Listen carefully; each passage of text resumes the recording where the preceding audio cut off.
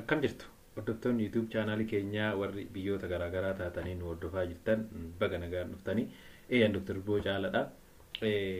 Egaa akkuma beekamu yeroo garaagaraa mata duree garaagaraa irratti afaan Oromoodhaan viidiyoo hedduu hojjechaan tureera. Egaa ammas hojjechaan jira, gara fuulduraatti illee nan hojjedha.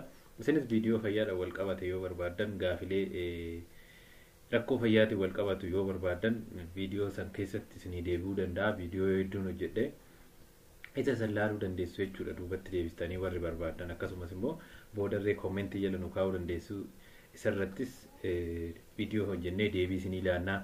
Achi keessaa gaa dhukkuboota karaa walqunnamtii saalaa daddarban irratti yeroo darbe hojjedheen ture. Akkasumas immoo dhukkuboota onnee fi mallattoo isaa, dhukkuboota sukkaaraa fi mallattoolee isaa akkamitti ittisnaa jedhu irratti illee hojjedhe. Akkasumas guba garaachatii fi furmaata isaa, akkasumas moolaa'uu mataatii fi akkamitti ittisnaa fi qorichi isaallee ni jira moo jiru, maal fakkaata qorichi isaallee, wal'aansi isaa maal fakkaata kan jedhuu fi of eeggannoo yeroo ulfaa godhamuu qabu kan dubartoonni of eeggannoo yeroo ulfaa gochuu qabdu maal fakkaata kan jedhu. Akkasumas immoo waa'ee ulfa baasuutti irratti illee viidiyoo yeroo lama hojjedheen ture jechuudha.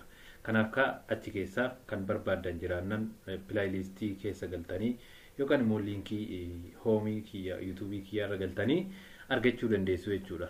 Har'aaf kanan qabadhee dhufe waa'ee funuunatii fi gargaarsa funuunaaf godhamudha jechuudha. Funuuna yookaan epistaaksis isa jedhamuu fi gargaarsa isaaf namni tokko akkamitti of gargaaruu danda'a? Funuunni kun maali? Akkamitti uumamuu danda'a? Maaliif uumamuu danda'a? Faffaca'iinsi isaa hoo maal fakkaata? Akkasumas immoo dhiibbaan nurratti qabu maali kan jedhu isinitti muufan dhufe hanga dhuma sagantaa keenyatti nu wajjin turaa. Warri haadha chaanaalii kiyya reefuuf haaraa taatan immoo YouTube chaanaalii kiyya kana subscribe gochuudhaan maatii naa ta'a. Hanga dhumaatti nu wajjin turaa.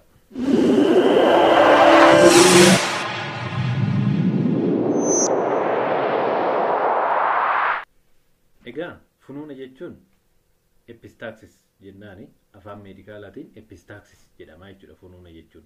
Egaa epistaaksisiin kun kompilentii baay'ee komanii ta'edha. Epistaaksisiin kun akka mallattootitti illee yookaan immoo akkasumas akka dhukkubaatitti illee lakkaa'amuu danda'a jechuudha. Akka mallattoo dhukkubaatitti illee akkasumas of danda'e illee akka dhukkubaatti ilaalamuu danda'a jechuudha. Epistaaksisiin mallattoo yookaan immoo dhukkuba baay'ee komanii ta'edha jechuudha. Namni tokko jiruu isaa keessatti yookaan immoo dhibbentaa 60 nama namoota jiran keessaa dhibbentaan 60 once upon a time umurii isaanii keessatti funuunni isaan ni mudata.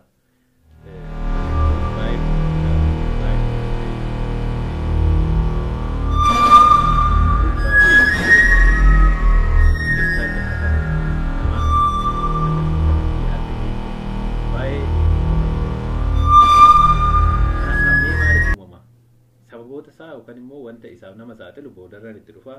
Amma garuu anaatoomikaalii yookaan immoo uumama funyaanii fi ujummoollee dhiigaa naannoo funyaatti argamanii wal qabate maaliif uumamuu danda'a wanti kun kan jedhu hubannoodha akka ta'uuf ujummoon dhiigaa naannoo funyaan gara gadi keessattuu kara naasal septum kan jedhamutti siqanii jiran. Naasal septum jechuun kaartileejii gara bitaa fi gara mirgaa qola funyaanii kana kan wal qabsiisu kun inni kun asiin keessan argamu kun naasal septum jedhama jechuudha. Naasal septum jedhama. Ujummooleen toora sanitti argaman, ujummooleen dhiigaa toora sanitti argaman baay'ee weakidha jechuudha. They are fragile. Break gochuu danda'u, dho'uu danda'u jechuudha. Saniif jecha yeroo garaagaraa sababoota garaagaraatiin funuunni uumamuu danda'a jechuudha. Kanaaf ujummooleen dhiigaa naannoo sanii sababa dadhaboo ta'aniif wanti kun uumamaa jechuudha. Wantoonni waan kana fidan hedduu fi gargar ta'anillee jechuudha. So kana akka kana hojjenne faffaca'iinsa isaa akkuma dura isiniin jedhe isinitti meera baay'ee komanidha. Naannoo dhibbentaa 60 namaa dhukkuba kana yeroo ta'e wayii qabaachuu danda'a jechuudha. Egaa funuunni bakka lamatti qoodama. Anterior nasal bleeding and posterior nasal bleeding jedhamee bakka lamatti qoodama.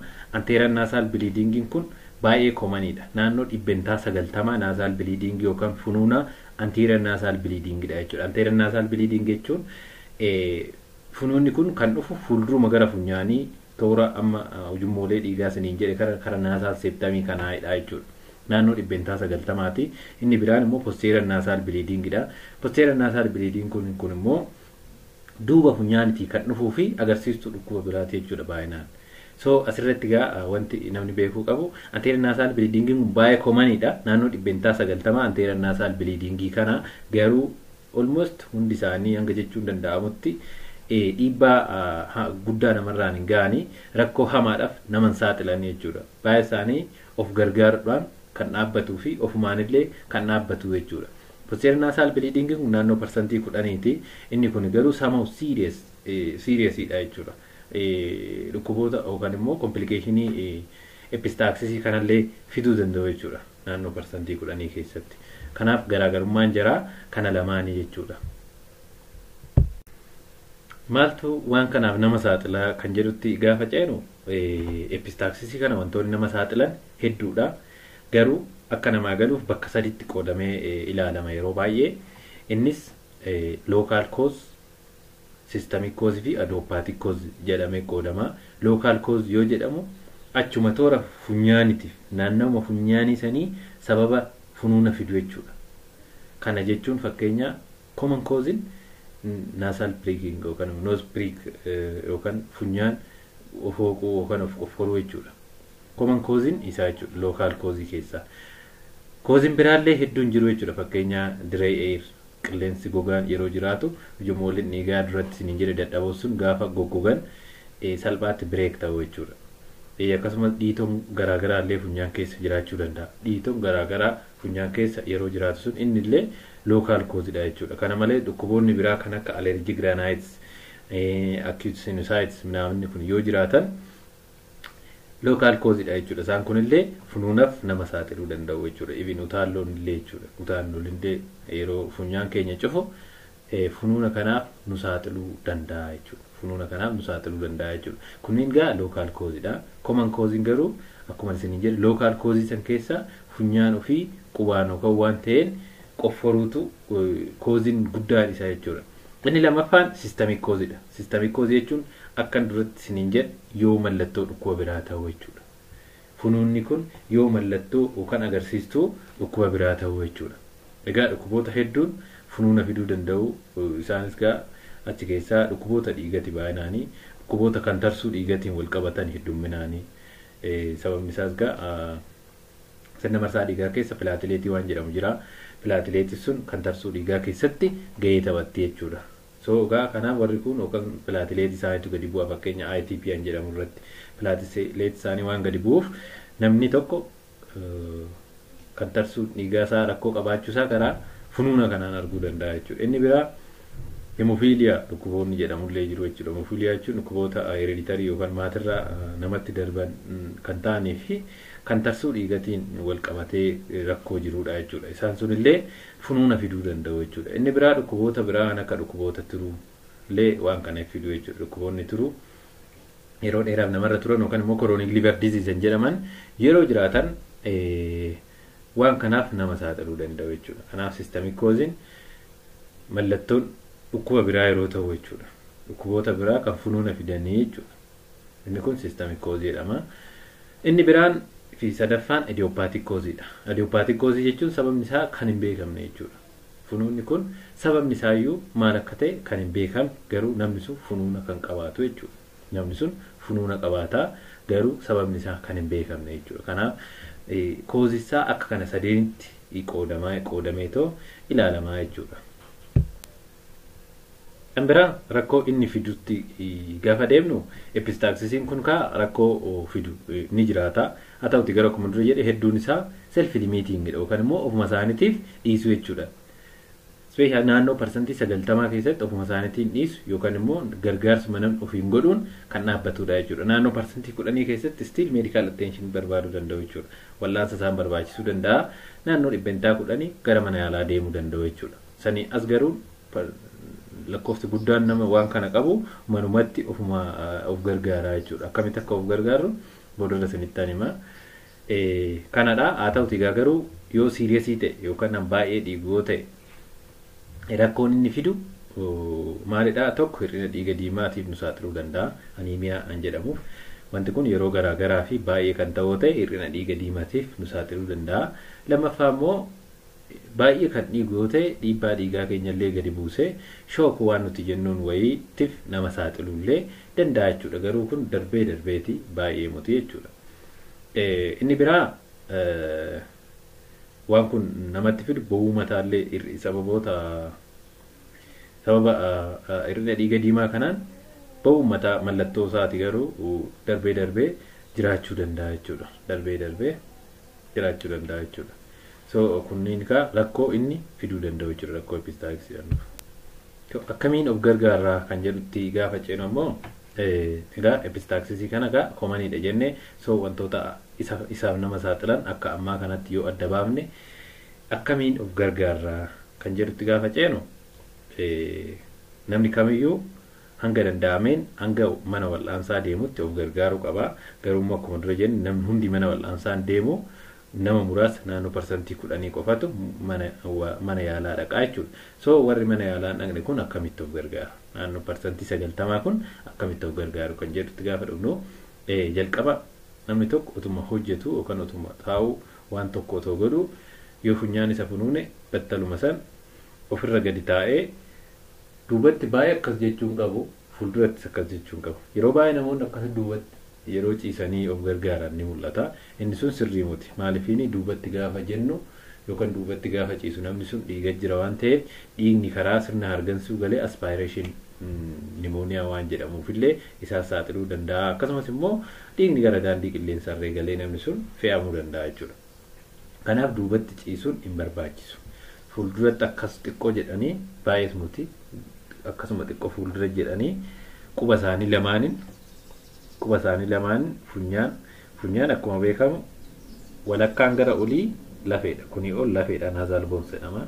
Kunii gadi kaartileejidha. Kunii ol lafeedha. Kanaaf bakkam qabnaa lafee sanirraa xiqquma gadi siqnee kaartileejirra qabnaa jechuudha. Lafeerra qabne homaan fayyadu. Lafee sanirraa xiqqoo gadi siqnee harkatti nu beeksisaa kaartileejirra quba keenya lamaan akkasitti jabeessinee qabnaa jechuudha. Yeroo qabnu immoo gara bitti qabnaa gara naasaal septamii isiniin jedhe kanatti kan kaartileejii lamaan wal qabsiisu kana gara isaatiitti akkasitti jabeessinee gadi qabnaa jechuudha. Yeroo kana goonu kan ammas wanni godhuu hin qabne hafuura keenya afaaniin qofa baafachuu qabnaa jechuudha.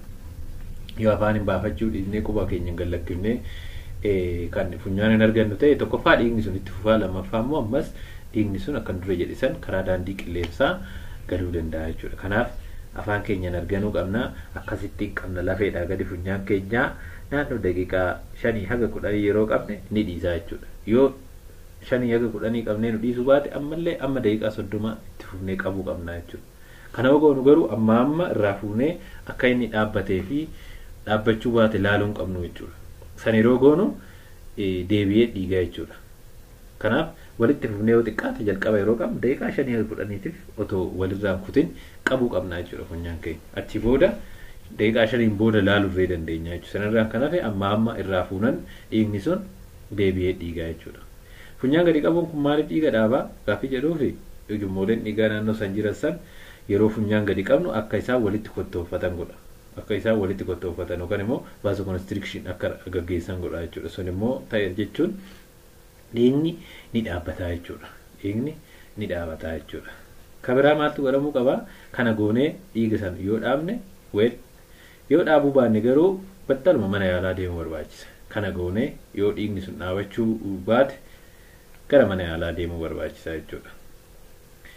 Inni biraan wantoota waan kanaaf nama saaxilan kan adda bahan yoo jiraatan waan sana avoid gochuu. Fakkeenyaaf akkuma dura jedhe common cause yookaan immoo sababni waan kanaaf nama saaxilu inni ijoon local cause kana amma ta'etti immoo local cause kana of wal'aanuudha jechuudha. Fakkeenyaaf allergic rhinitis qaba namni yoo tokko ta'e yookaan sinusitis qaba ta'e yookaan utaalloo qaba ta'e waan sanirraa dafee of fayyisuu qaba jechuudha. Waan sanirraa dafee yoo of fayyise funuunni kun isarra ittiin deebi'u jechuudha yookaan immoo ittiin dhufu jechuudha. Kanaaf sassan gochuu barbaachisaa. Namoonni tokko duratti kana isinitti himin qorichoonni tokko illee ni jiru jechuudha. Qorichoota sababa garaagaraati fudhatan tokko dhiiguu kan fidan yookaan funuuna kanarree kan fidan jiru jechuudha. Qorichoota akka warfaariin, heeppaariin qorichoonni jedhaman jiru. Isaan kun qorichoota dhiigaaf kennamanii akka dhiigni kan tarreef kennamu. Qorichoonni kun namoota kan tarsuu dhiigaa irratti rakkoon jiraatuuf kennama. So qorichi sun akka dhiigni kan tarre waan godhuuf dhiiguu funyaanii yookaan immoo epistaaksisii kana namoonni sun illee fiduu danda'u jechuudha. So namoonni akkasii qoricha sana erga jalqabanii booda gaafa waan kun itti isaanitti hammaate ogeessa deemanii gaafachuu qabu jechuudha. Ogeessa haasofsiisuu qabu jechuudha.